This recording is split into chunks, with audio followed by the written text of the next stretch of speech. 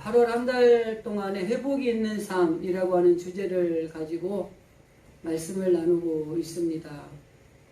8월에 이 주제를 가지고 말씀을 나눈 것은 코로나로 인해서도 많이 어렵지만 정말 무더위 때문에도 힘들고 여러 가지가 우리 가운데 겹쳐져 다가옴으로 인해서 너무 힘든 거예요.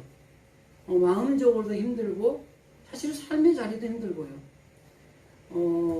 저는 이제 목회자이기 때문에 그게 실감이 나지 않지만 일반 직장인이나 이 소상공인들의 이야기를 가끔 들어보면 엄청나요. 제가 아는 그 목사님도 그 카페 이걸 운영하면서 하는 분이 계시는데 너무 차이 난다는 거예요. 그래서 아마 하나님이 목회만 하라는 건지 모르니까 이번 기회에 정리하시죠. 내가 그랬더니 또 그건 아닌가 봐요. 그만큼 힘들고 어려운 거죠. 그래서 이 8월 한 달 정말 무더위도 그렇지만 또 휴가철도 겹치고 하니까 정말 우리 성도들에게 회복이 있으면 좋겠다. 그런 말씀을 나누고 싶어서 주제를 정했고, 또 세상의 회복도 필요하지만은 그리스도인들이 믿음 생활하면서 우리 그리스도인이 특별히 회복해야 될 것들이 어떤 것들이 있을까? 그걸 중심으로 우리가 8월 한 달 말씀을 나누었고요. 오늘 이제 마지막 시간으로 또 한 번 더 말씀을 나누려고 합니다. 회복이 있는 삶을 살아가기 위해서 그리스도인들이 회복해야 될 것은 첫째는 예배의 회복이 필요하다는 말씀을 드렸고, 두 번째는 경건의 회복이 필요하고, 또 세 번째는 사랑의 회복이 필요하다. 그리고 지난주에는 기도의 회복이 필요하다라는 말씀을 드렸고요. 오늘은 능력의 회복이 필요하다는 말씀을 중심으로 또 은혜를 나누려고 합니다. 지난주에 기도의 능력에 대해서 말씀을 드릴 때 하나님께서 우리에게 특별하게 주신 그 소유하신 것들을 우리에게 주신 것이 있어요. 그리고 그것을 주신 목적은 뭐냐면 하나님과 함께 대화하면서 살아라고. 그리고 그 대화하는 방법이 기도였어요. 그래서 야베스라고 하는 주인공을 통해서 그 야베스가 하나님 앞에 드린 기도를 통해 기도가 회복되고 나니까 하나님이 구한 것들도 허락을 하셨지만 그의 삶에 변화가 일어났다. 우리 오늘 8월의 주제로 표현하면 회복이 있는 삶으로 변화가 되었다. 이게 핵심입니다.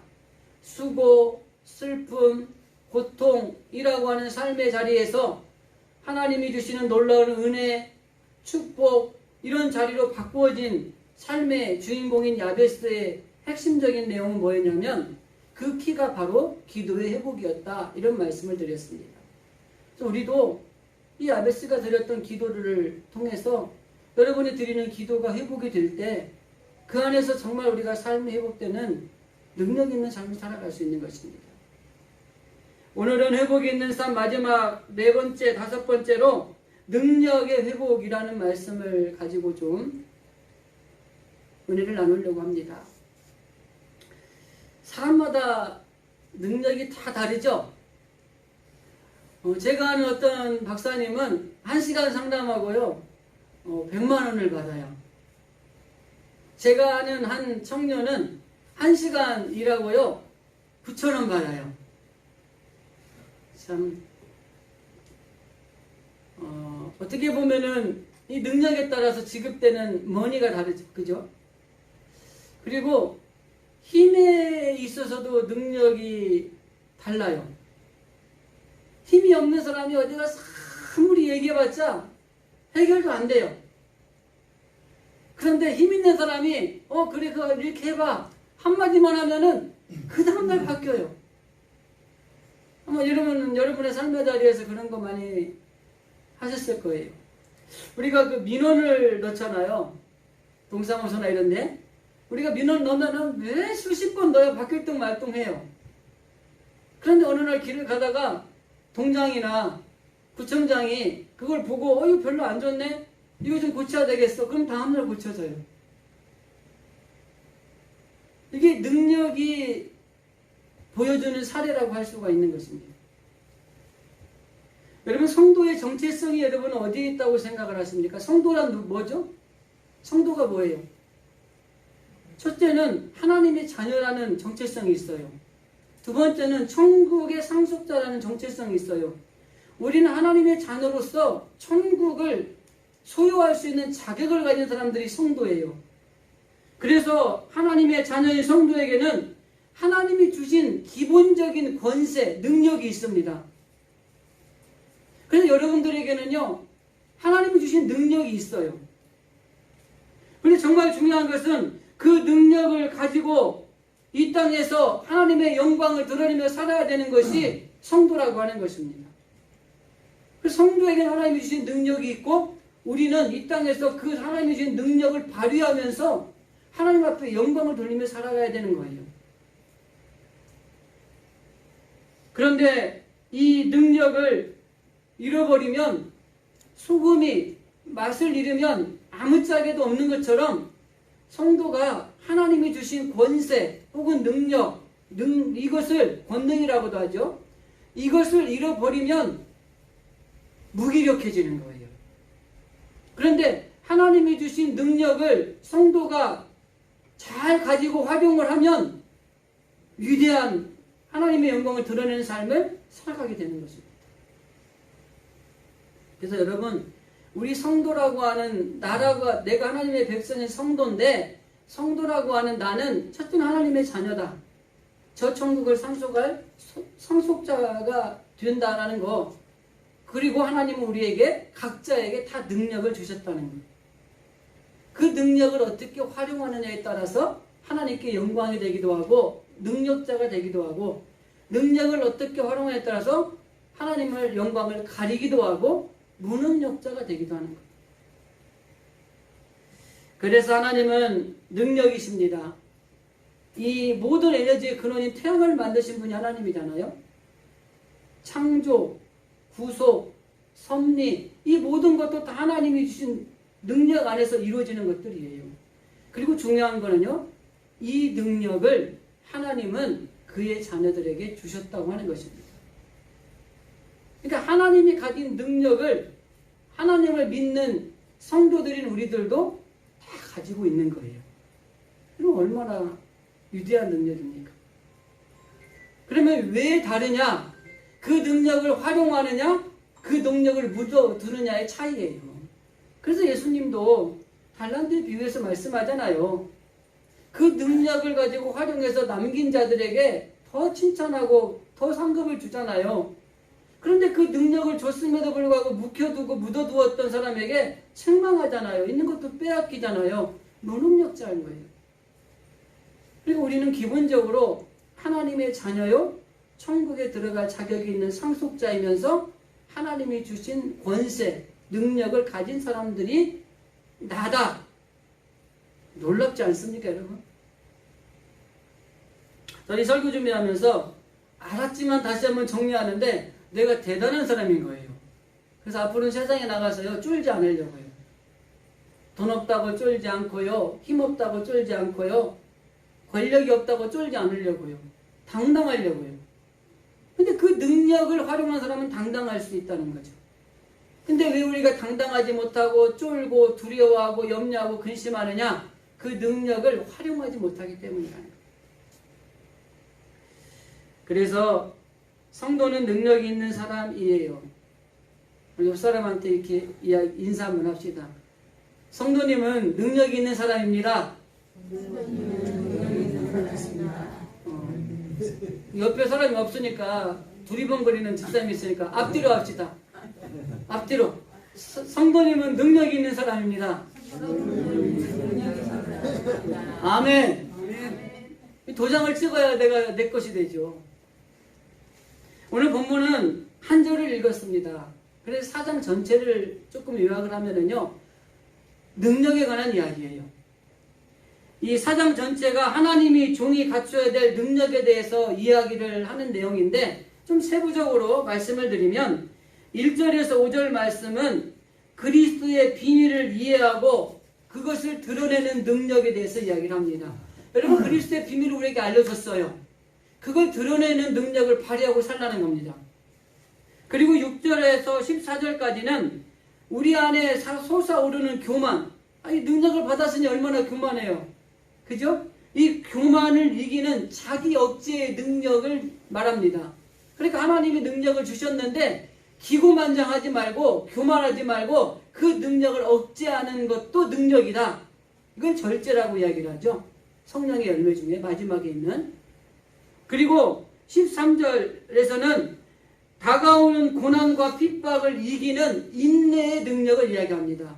그럼에도 불구하고 하나님이 능력을 주셨음에도 불구하고 이 땅에서 살아가다 보면 고난, 고통, 어려운 일이 생긴다는 거예요. 여러분 그렇지 않나요? 다 좋던가요? 예수 믿으니까? 제가 말씀드린 게 뭐예요?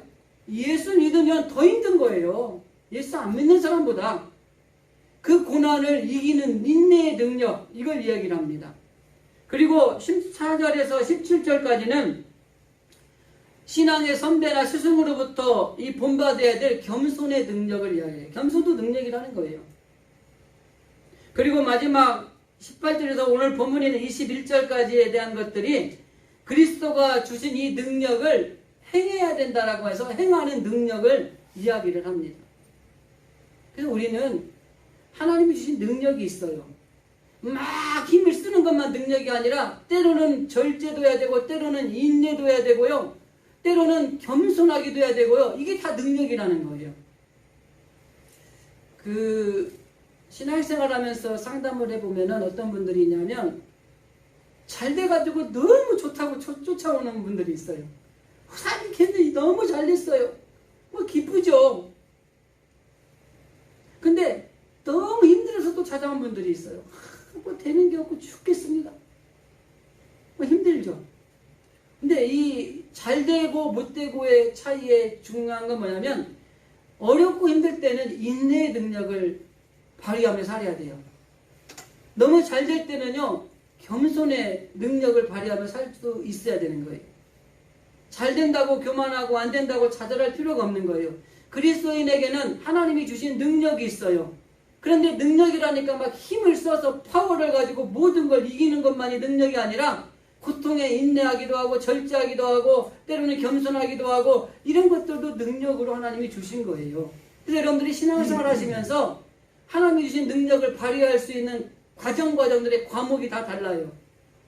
그래서 그 과목에 맞게 하나님이 주신 능력을 발휘하며 살아가셔야 돼요. 그런데 그 능력이 회복이 되지 않으면 이 능력을 발휘할 수 없는 것입니다. 그래서 하나님이 우리에게 어떤 능력을 주셨는가를 먼저 좀 살펴보고요. 두 번째는 능력을 회복하기 위해서는 어떤 도구가 우리가 있어야지 그 능력을 회복할 수 있는가, 이걸 두 번째 달라해서 말씀을 드릴게요.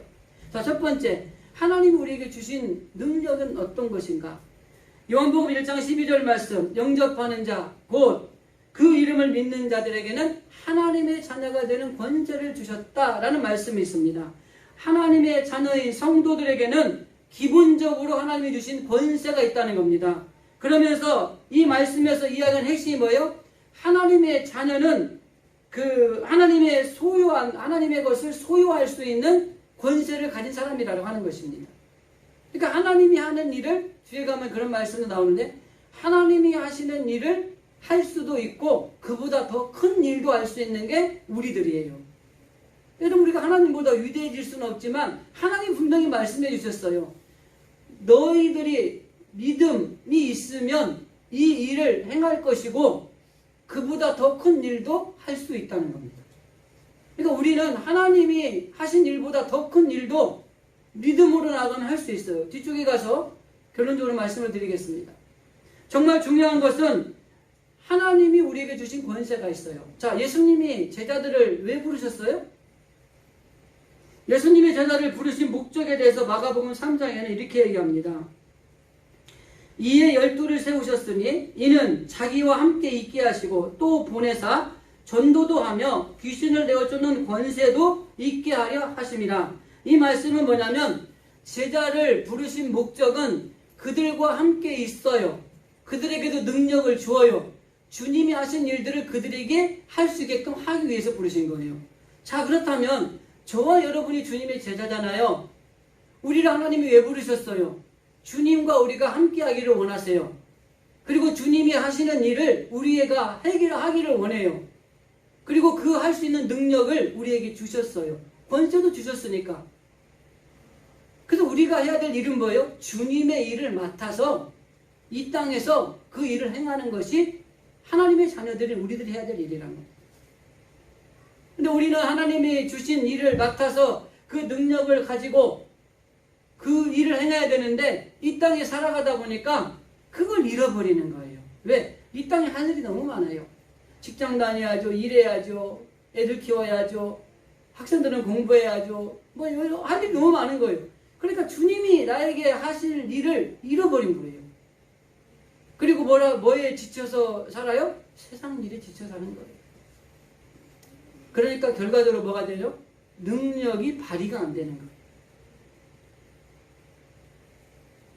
그리고 주님은 우리에게 사명을 주시고 승천하시면서 너희들에게 더 큰 걸 주시겠다 약속하시잖아요. 그리고 나서 사도행 1장 8장에 보면은 성령이 우리에게 임합니다.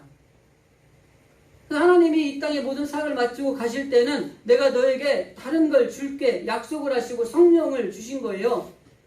그리고 그 성령이 우리 가운데 임하게 되니까 권능이 생기는 거예요. 능력이 생기는 거예요. 그리고 나서 이 세상을 살아가는 동안에 이 하나님의 능력을 가지고 너희들이 살아가야 될 것들에 대해서 이렇게 말씀하십니다. 마태복음 16장에 보면은 믿는 자들에게는 이런 표적이 따르리니 이렇게 나와요. 하나님이 주신 약속의 능력을 가지고 살아가는 사람들에게는 이런 표적이 따르는 거예요. 내 이름으로 귀신을 쫓아내고 새 방언을 말하고 뱀을 집으며 무슨 독을 마실지라도 해를 받지 아니하고 병든 사람에게 손을 얹은즉 나으니라. 그리고 제자들이 나가서 두루 전파하니까 주님이 함께 역사하심으로 이 따르는 표적을 보고 나오는 사람들이 많아지더라. 이거예요. 그래서 주님이 우리를 부르신 목적은 주님과 함께 있게 하시고 주님이 주신 능력을 가지고 주님이 하신 일을 하게 하기 위해서 우리를 부르신 거예요. 그래서 우리는 이 땅에 살지만은 하나님의 시민권을 가진 하나님의 자녀들로서 하나님의 일을 해야 될 하나님의 자녀들인 겁니다.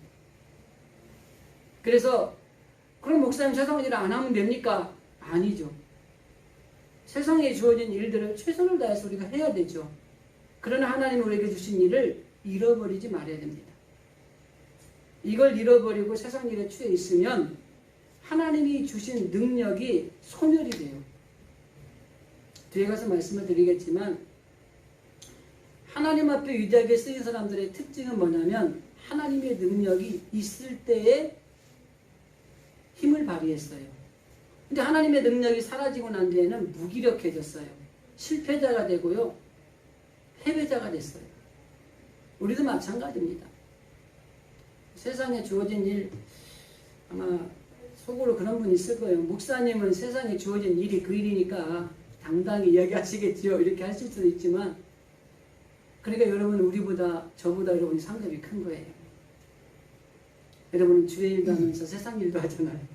나는 주의 일만 하잖아요. 그냥 반쪽짜리고 여러분들은 온전한 거예요. 두 개를 잘하면 여러분이 얼마나 복을 받겠어요. 그래서 세상에 보면은요, 이 물질의 복이라든지 아니면 뭐 다른 어떤 자녀의 복이라든지 이런 복들을 받는 걸 보면은요, 세상 일도 잘하고 주의 일도 잘하는 사람들은요 엄청난 복을 받는 거예요. 근데 제가요 목회하면서 만난 사람이니까 목사들이 돈 많았고 부자라는 사람을 그걸 못 봤어요. 물질의 복 안 줘요. 세상 일이라는 성도들에게만 주는 복이에요. 가끔 보면은 목사님들이 돈 많은 분이 있긴 했더라고요. 어디서 났는지 모르죠. 이게 바로 하나님이 주신 일을 우리가 잃어버리지 않고 늘 간직하고 살아갈 때 주시는 능력의 회복으로 이루어지는 복이라고 하는 것입니다. 그래서 오늘 본문의 말씀에도 분명하게 말씀하는 핵심이 뭐냐면 하나님의 나라는 말에 있지 아니하고 능력에 있다. 제가 이런 말씀 나눌 때 가끔 인용하는 성경이 베드로, 요한이 성전 미문에서 구걸하던 안진뱅이 이야기를 가끔 하죠. 이 안진뱅이가 원하는 것은 돈이죠. 당장 내가 생활하는데 필요한 걸 요구하죠. 근데 이 베드로가 그 안진뱅이에 뭐라고 얘기하냐면 내가 줄 돈은 없어. 네가 필요한 걸 내가 줄 건 없는데 내가 가진 것으로 너에게 줄 거는 있어. 그러면서 일어나 걸어갈 수 있는 거 그걸 주죠. 여러분 이 안진뱅이에게 가장 필요한 게 뭘까요? 소경이 가장 필요한 게 뭘까요? 병상에 누워있는 사람이 가장 필요한 게 뭘까요? 앉은 자리에서 일어나서 걸어보는 게 제일 필요한 거예요. 눈을 떠서 정말 하나님 창조하신 이 삼라만상을 바라볼 수 있는 게 소경에게는 제일 중요한 겁니다. 병상에 누워있는 사람은 건강해서 태어나는 거예요. 돈이 중요한 게 아니에요. 그래서 베드로는 자기가 가진 하나님으로부터 받은 능력, 이 능력을 정말 그 사람에게 필요한 사람에게 발휘하고 있는 거예요. 그래서 우리는 하나님이 주신 능력을 가지고 우리가 잘 살아가는 것도 중요해요. 정말 주님이 우리와 함께 하시고 또 주님의 일을 또 하게 하시기 위해서 능력을 주셔가지고 우리를 부르셨어요. 그래서 우리가 그 일을 잘 해가지고 잘 먹고 잘 살고 또 부유하고 걱정 없고 잘 살아요. 이것까지만 주님이 원하신 게 아니에요. 하나님이 주신 능력을 가지고 세상에 필요한 사람들에게 발휘하며 살아야 돼요. 나누어 줘야 됩니다. 나만 내 능력을 가지고 주님을 잘 섬기고 나만 잘 생활하고 나만 잘 살면 되는 게 아니라 정말 이것이 필요한 사람들에게 그걸 주라는 거예요. 하나님 주신 능력을 너희들도 그 필요한 자들에게 주라는 거예요. 돈 달라고 그러면 돈 주지 말고 하나님 주신 능력을 주어서 그에게 진짜 필요한 걸 주라는 거예요. 자, 이 안진병에게 정말 필요한 게 뭐예요? 일어나 걷는 겁니다. 그래서 베드로는 하나님이 주신 능력을 가지고 정말 하나님의 일을 잘 감당하면서 살아왔어요. 그리고 이 능력이 필요한 사람을 보니까 그에게 하나님의 능력을 나누어 주었다는 것입니다. 정말 우리들도 세상에서 힘들고 어려워하는 사람들을 보면서 정말 그들이 필요한 것을 줄 알아야 돼요. 영혼 구원이 그 어느 것보다 귀하다는 말씀들을 전도학교에서 많이 얘기를 합니다. 그 사람이 필요한 건 뭐냐면 정말 우리가 그들을 돌아보면서 저 사람이 갖고 싶은 건 세상적인 거지만 내가 하나님 앞에 받은 능력으로 비추어 볼 때 저 사람에게 진짜 필요한 건 세상적인 것도 필요하겠지만 이 하나님의 능력이 필요한 건데 라고 느껴진다면 그 내가 받은 하나님의 능력을 그에게 줄 수 있어야 되는 거예요. 그래서 그도 하나님의 능력을 받아서 이 땅에서 잘 살고 하나님의 나라에도 잘 사는 놀라운 복을 받는 사람으로 이끌어주는 게 필요한 거예요. 자, 안진병이가 치료가 됐습니다. 그리고 난 다음에 어떤 일이 일어나냐면 사도행전 3장 10절에 보니까 그 본래 성전 미문에 앉아 구걸하던 사람인 줄 알고 그의 당한 일을 인하여 심히 기이 여기며 놀라더라. 이방인들이 반응입니다. 성전에서 앉아서 구걸이나 하던 안진뱅이가 하나님의 능력으로 걷게 되고 뛰게 되고 내가 이렇게 건강해졌다고 하는 이야기를 들으면서 하나님을 알지 못하는 사람들이 기이 여겼다는 거예요. 그리고 그 사건으로 인해서 죽게 돌아오는 일들이 많아지게 됐다는 것입니다. 여러분 우리가 이런 능력을 발휘하며 살아야 돼요. 우리가 철저하게 이 사도들이 이 핍박을 받을 때 그들이 이 핍박을 면하게 해달라고 기도하지 않고 어떻게 기도하느냐면은 이렇게 기도합니다. 제가 한번 읽어드리고 설명을 좀 드릴게요. 사도행전 4장 30절에 보니까 저희의 위협함을 하감하시고 손을 내밀어 병을 낫게 하옵소서. 표적과 기사가 거룩한 종 예수의 이름으로 이루어지게 하옵소서 하더라. 이렇게 말합니다. 자기들이 위태롭고 목숨이 위급한 상황에서 그들이 기도하는 것은 이 위기를 모면해달라고 기도하는 게 아니라 하나님이 우리에게 주신 능력을 발휘할 수 있게 해달라고 기도하는 거예요. 여러분 기도가 사도들의 기도가 다른 겁니다. 우리는 어려운 위기에 처하면 이 위기를 모면해달라고 기도를 많이 해요. 성도들이 주로 기도를 부탁하는 중보기도를 부탁하는 걸 보면 대부분이 그렇습니다. 어려운 문제가 있어요. 지금 힘들어요. 뭐 병이 있어요. 뭐가 있어요. 되는 일이 없어요. 목사님 이게 잘 되게 기도해 주세요. 그럼 목사는 뭐라 그래요? 네, 기도하겠습니다. 이렇게 얘기하죠. 그러니까 성도가 얘기하는데 아니요, 나 기도 안 할랍니다.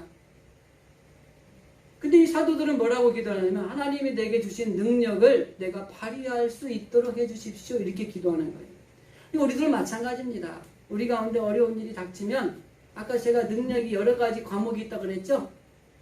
인내의 능력도 있고 절제의 능력도 있고 겸손의 능력도 있다고 그랬잖아요. 그래서 우리 가운데 위기가 닥치면 하나님 나 이거 문제 해결해 주세요 이렇게 기도할 게 아니라 하나님 이 문제를 이겨낼 수 있는 하나님이 주신 능력을 발휘할 수 있게 해주세요. 이렇게 기도하셔야 된다. 사도들의 기도는 그랬다는 거예요. 그러니까 문제를 놓고 기도하는 게 아니라 이 문제를 해결할 수 있는 하나님이 주신 능력을 내가 발휘할 수 있게 해달라고 기도하는 거예요. 놀라운 기도입니다, 여러분, 이 기도. 저도 마찬가지고요. 우리 모두가 기도할 때 보면 막 기도하면은 막 어려운 문제는 하나님 이 문제 하나님 아시죠? 막 조금 미워해서 기도하면 내 뜻대로 마시고 아버지 뜻대로 아주 멋있잖아요, 그죠? 마치 내 욕심이 아니라 하나님 영광이 드러나기를 원하는 것처럼 기도하기도 하고 그래요. 근데 이 사도들은 더 한 발짝 나아가서 이런 위기가 오는 그 위기를 모면하기 위한 기도가 아니고 하나님 내게 주신 능력이 있잖아요. 위기가 올 때 능력을 이길 수 있는 그 주신 능력 있잖아요. 그거 발휘하면 됩니다. 그 발휘할 수 있게 해달라고 기도하는 거예요. 그래서 아까 제가 4장에 등장하는 절제, 겸손, 그 다음에 고난에서 인내 이런 능력들이 있다고 그랬잖아요. 여러분의 다 그런 능력을 주셨어요. 그래서 우리는 이러한 어떤 사도들의 기도를 통해서 말씀하고 있는 것처럼 하나님을 온전하게 믿는 사람들은 하나님이 주신 능력을 행함으로 살아가야 된다고 하는 것입니다. 그렇게 능력을 행함으로 살아갈 때 이 세상에 있는 사람들이 우리를 보고 기이 여기는 거예요. 죽게 돌아오는 일이 생기는 거예요. 야, 믿는 사람은 다르구나. 하나님이 주신 능력이 저들에게는 있구나. 세상이 알지 못하는 능력이 있구나. 이렇게 얘기하는 거예요. 더 나아가서 그 능력을 세상에 필요한 사람들에게 나누어 줘야 돼요. 그러면 그 세상에서 나누어져 받은 사람들이 더 놀라운 시너지 효과를 내서 하나님의 능력이 더 세상에 전파되는 것입니다. 여러분, 바로 이 능력을 발휘하기 위해서는 우리 안에 하나님의 주신 능력의 회복이 필요한 거예요. 히브리서 기자는요, 히브리서 11장에 보면은 이런 사람들에 대해서 이런 사람이 어떤 사람인가 쭉 나열을 하고 이런 사람은 이런 사람이다 라는 말씀이 있어요. 11장 33절 이하의 말씀인데 저희가 믿음으로 나라를 이기기도 하고 이런 일이 쭉 있어요. 뒤에 가면 뭐 희롱과 채찍과 결박에 잡히기도 하고 옥에 갇히기도 하고 그 다음에 톱으로 펴는 것 같은 사형의 틀에 묻히기도 하고 이 사도들이 당했던 이야기를 쭉 열거한 겁니다. 그리고 나서 딱 마지막에 뭐라고 이런 사람은 세상이 감당하지 못하는 사람이다. 이렇게 히브리서 기자가 이야기를 해요. 여러분 하나님의 능력을 소유한 사람은요 세상이 감당하지 못해요. 하나님의 주신 능력을 발휘하며 사는 사람은요 세상이 감당하지 못해요. 자, 믿음으로 저희가 믿음으로 하고 나온 나머지 나열된 이야기들은 뭐냐면요 고통, 고난, 목숨의 위태로움 엄청 수많은 일들이 일어났다는 거예요. 그런데 그런 순간순간 하나님이 주신 능력으로 그걸 다 이겨냈다는 거예요. 그래서 세상이 감당하지 못하는 사람이에요. 그럼 우리가 세상으로부터 핍박을 받고 비난을 받는 그리스도인이 아니라 저들은 세상에 감당할 수 없는 정말 능력 있는 사람들이라는 이런 인정을 받으셔야 되는 겁니다.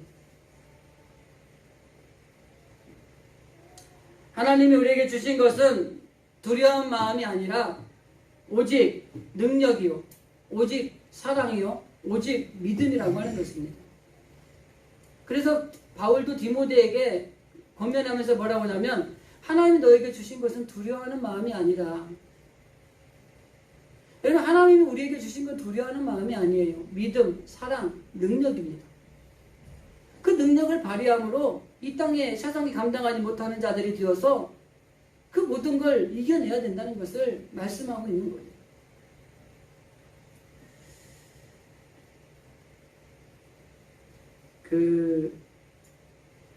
우리가 하나님을 흔히 표현할 때 전능하신 하나님이라고 얘기하죠. 전능하신 하나님이라는 분은 뭐든지 할 수 있는 하나님이에요. 그 전능하신 하나님을 믿는 사람은요, 그 하나님의 능력을 우리의 것으로 만들 수 있는 파워를 가지는 겁니다. 그래서 이 하나님의 능력을 회복하는 데 필요한 도구가 있어요. 그래서 첫 번째 단락에서는 하나님은 하나님의 자녀들 이런 능력을 주셨다라는 걸 이야기를 지금까지 한 거예요. 그러면 이런 능력을 잃어버리고 있다거나 사용하지 않고 있다거나 있는지도 모르고 있는 성도들이 많이 있다는 거예요. 그러니까 어떻게 하고 살아요? 두려워하고 살아요. 염려하고 살아요. 걱정하고 살아요. 좌절합니다. 그리고 안 되겠다고 포기하는 거예요. 이런 일들이 일어나는 게 왜 그래요? 하나님이 내게 주신 능력을 잃어버리거나 있는지도 모르고 있을 경우가 많이 있다는 거예요. 근데 하나님은 분명히 뭐라고 말씀하세요?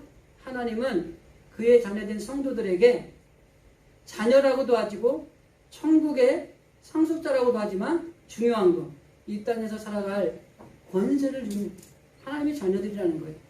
여러분 다 그 권세 능력을 받은 사람들이에요. 그걸 발휘하고 사느냐 못하고 사느냐. 그래서 그거를 발휘하지 못하고 살아가는 사람들에게 그 능력이 회복되기 위한 도구가 세 가지가 있다는 거죠. 첫째는 믿음입니다. 능력이 하나님을 믿음 자체가 그 능력을 우리의 것으로 만드는 도구라고 하는 것입니다. 앞에서도 언급했던 것들이 다 믿음이에요. 그런데 조금 더 좀 디테일하게 설명을 하기 위해서 그 마태복음 8장과 9장에 보면은 기적과 이적이 일어난 사건들을 쭉 이렇게 기록을 해놨어요. 거기에 있는 내용들을 보면은 이 능력이 나타나는 핵심이 무엇인가를 알 수가 있습니다. 그리고 10장에 가서는 뭐라고 말씀하냐면 그 능력을 주님이 친히 부르셔서 12명의 제자들에게도 그 능력을 주셨다 이렇게 말씀을 하세요. 자, 그러면 그 능력이 어떻게 나타나는가? 거기에 보면은 나병 환자 이야기도 나오고요. 백부장의 그 하인의 종을 고치는 이야기도 나오고요. 그 다음에 중풍병자를 메고 온 사람의 이야기도 나오고, 그 다음에 그 철저하게 끝까지 주님을 따라왔던 소경들의 이야기도 나와요. 그런데 이 총체적인 것들을 한마디로 요약하면은 이들이 기적을 체험하거나 능력을 체험했던 핵심이 뭐예요? 제가 여러분들에게 자주 말씀드린 거예요. 기적이 일어나는 가장 핵심의 기본적인 조건은 뭐냐면 믿음이에요. 능력을 발휘할 수 있는 가장 기본적인 핵심의 조건이 뭐냐면 믿음입니다. 여러분, 나병 환자들이 주님께 나와왔어요. 그래서 우리를 고치실 수 있습니까? 라고 이렇게 물었습니다. 믿음으로 고백했어요. 그러자 예수님이 내 믿음대로 될지어다 깨끗하게 씻어주셨어. 고쳐주셨어요. 핵심은 뭐예요? 믿음이었어요. 자, 중풍병자 백부장의 하인이 병에서 낫는 사건을 보면 백부장이 자기가 군인이잖아요. 그러니까 나도 군인에서 명령을 하는데 주님 거기까지 안 가셔도 되고요. 여기에서 우리 하인이 나았다고 명령만 내리시면 나을 겁니다. 그 믿음을 보고 예수님이 칭찬을 하셨어요. 아주 칭찬하셨어요. 그리고 그 하인이 그 선언하는 시에 그 하인이 나왔어요. 백부장의 믿음이었어요. 소경들이 눈을 뜨고 싶어 소리를 고래고래 질렀습니다. 그리고 그가 믿음으로 주님이 우리를 치료할 수 있다고 믿었을 때에 그 소경들이 눈을 뜨게 되는 놀라운 역사가 일어났습니다. 그 핵심은 그들의 믿음이었다고 하는 것입니다. 그래서 이 능력을 발휘하는 도구 중에 가장 중요한 게 믿음이에요. 믿음. 그대로 믿느냐는 겁니다. 그래서 여기 등장하는 중풍병자 4명이 그 친구를 메고 올 때도 그들의 믿음을 보시고 그 중풍병자를 고쳐주셨다고 성경은 말씀하고 있는 겁니다. 그래서 능력이 회복하는 도구의 첫 번째는 믿음이라는 거예요. 그런데 예수님이 이 능력 있는 예수님이 고향에 가신 거예요. 자기 고향에 가서는 능력이 나타나지 않았어요. 왜 안 나타났어요? 믿지를 않았어요. 그러니까 능력이 나타날 수 있는 상황이 이루어지질 않은 거예요. 그러니까 예수님이 고향에 가서는 배척을 당해요. 그래서 우리 목사님들이 뭐라고 해요? 고향에 가면 별로 자기가 인정을 안 해준다 그래요. 왜? 어릴 때부터 다 사랑하는 환경을 받잖아요. 동네 아줌마 아저씨들이. 근데 저도 가서 이렇게 시골에 한 번씩 명절 때 가면요. 야, 한정이 왔어. 막 옛날에 그랬는데 막 이러면서 지금 목사가 됐어. 막 이러거든요. 아주 우습게 봐요, 나를. 얼마나 위대한 사람인데. 근데요, 이게 시간이 흘러가니까요. 이게 흘러가니까 아우, 매 목사님 오셨어요? 이렇게 그냥 바뀌는 거예요. 되게 좀 능력이 생겼나 봐. 복이에요.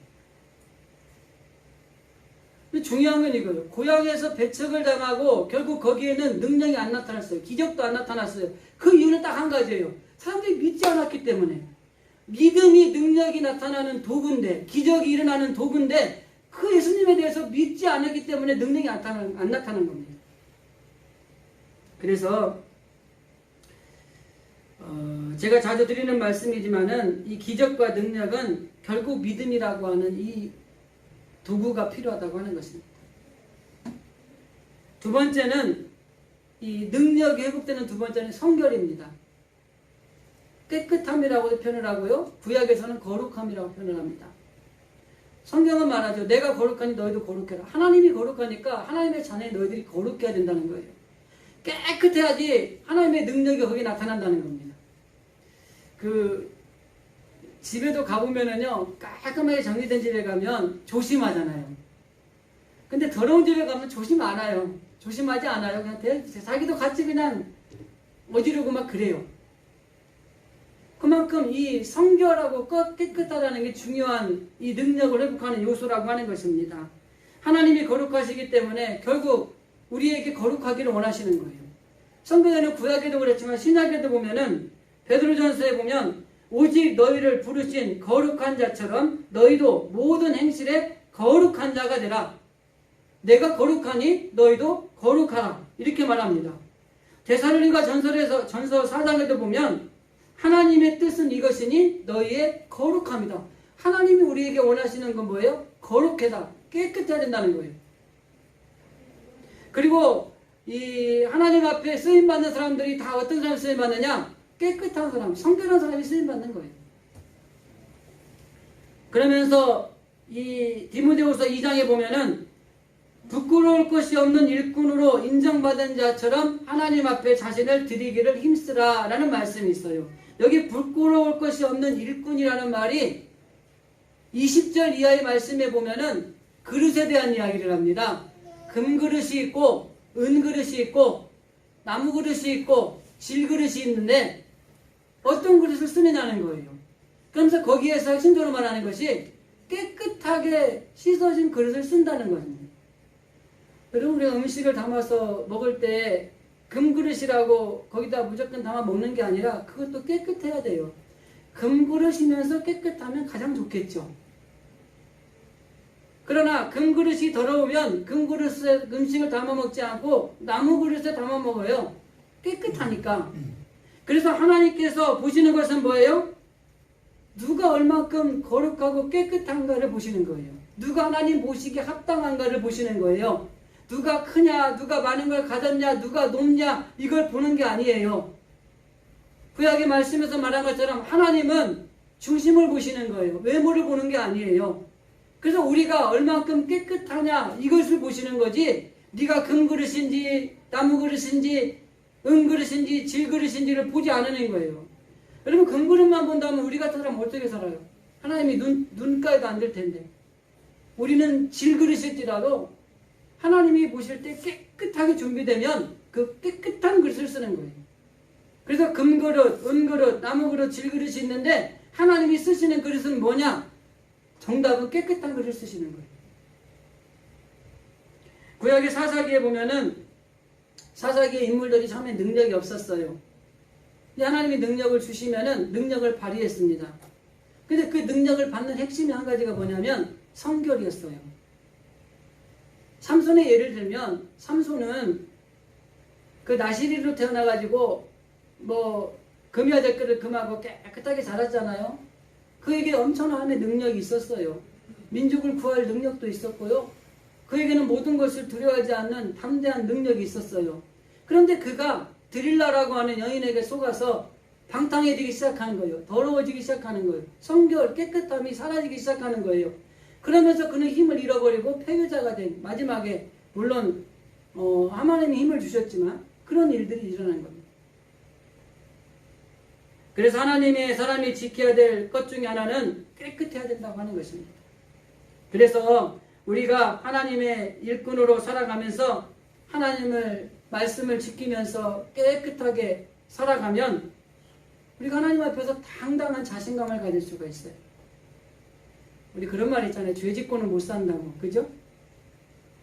죄를 지은 사람이 경찰 보면 두려워하잖아요.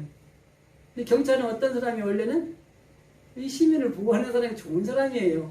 근데 여러분 경찰 보면 뜨끔합니까? 좋습니까? 대부분이 뜨끔해요. 내가 뭐 잘못한 건 없는가? 이게 왜 그래요? 깨끗하지 못한 마음이 있어서 그럴 수 있어요. 내가 뭐 죄를 지은 게 있어서 그럴 수 있어요. 근데 내가 깨끗하면 자신감이 있어요. 하나님 앞에. 하나님 나한테 복을 주십시오. 야베스가 기도한 것처럼 당당하게 요구할 수 있어요. 더 나아가서 하나님의 기도를 들어주십니다. 그리고 철저하게 하나님의 능력의 삶을 살아가도록 역사하는 우리의 삶의 자리가 되어진다고 하는 것입니다. 한 가지만 더 말씀드립니다. 능력을 회복하는 세 번째 도구는 간절함입니다. 오직 하나님 앞에 절대적으로 하나님을 의지하고 하나님 앞에만 매달리는 간절함이 있어야 돼요. 이것을 다른 말로 표현하면 겸손이라고 표현할 수 있습니다. 바울은 자기에게 고질병이 있었습니다. 그래서 하나님 앞에 기도를 했어요. 하나님 내게 좀 고쳐주세요. 그런데 하나님이 고쳐준다는 말은 안 하고 이렇게 얘기합니다. 됐다. 그 은혜가 내게 족하다. 그렇게 이야기를 했어요. 그리고 그 이해하신 말씀이 내 능력은 약한 데에서 나타나게 될 것이다. 그리고 이 바울이 그 말씀 듣고 깨달은 거예요. 내가 약할 때에 하나님의 능력이 나타나는구나. 내가 강해지면 하나님의 능력이 소멸될 수가 있구나. 그래서 그의 평생의 사역에서 그가 뭘 자랑해요? 약함을 자랑해요. 그리고 약할 때 곧 강함이 되시는 주님을 전파합니다. 그래서 그는 평생을 능력을 발휘하며 살아갈 수 있었어요. 하나님 앞에 우리가 때로는 기도할 때 하나님이 우리의 것들을 요구를 들어주실 때도 있지만 됐다.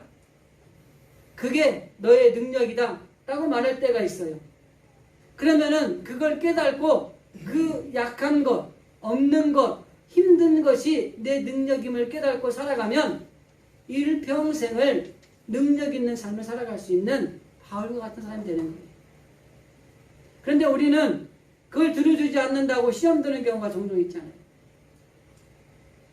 이사야 40장에도 보면은 소년이라도 피곤하고 곤비하고 장정이라도 넘어지고 쓰러지되 오직 여호와를 앙망하는 자는 새 힘을 얻으리니 그리고 독수리가 하늘에 날개치고 올라간 것 같을 것이다. 이런 말씀이 있어요. 세상에 많은 걸 가졌어도 곤비하고 피곤하고 넘어지고 쓰러집니다.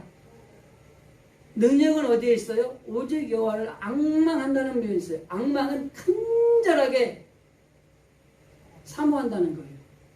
이 간절함을, 하나님에 대한 간절함을 가지고 있는 사람이 능력자가 될 수 있다고 하는 것입니다. 가끔 우리는 기도할 때로 하나님 기도했는데 주시면 좋고요, 안 되면 말고요. 뭐 어떤 문제를 해결해달라고 기도할 때도 하나님 이거 해결해 주세요. 안 되면 말고요. 이러면 안 돼요. 하나님 꼭 이루어줘야 됩니다. 하나님은 하실 수 있고 하나님 우리에게 주신 능력을 내가 발휘할 수 있도록 해주십시오. 이런 간절함을 가지고 기도하셔야 됩니다.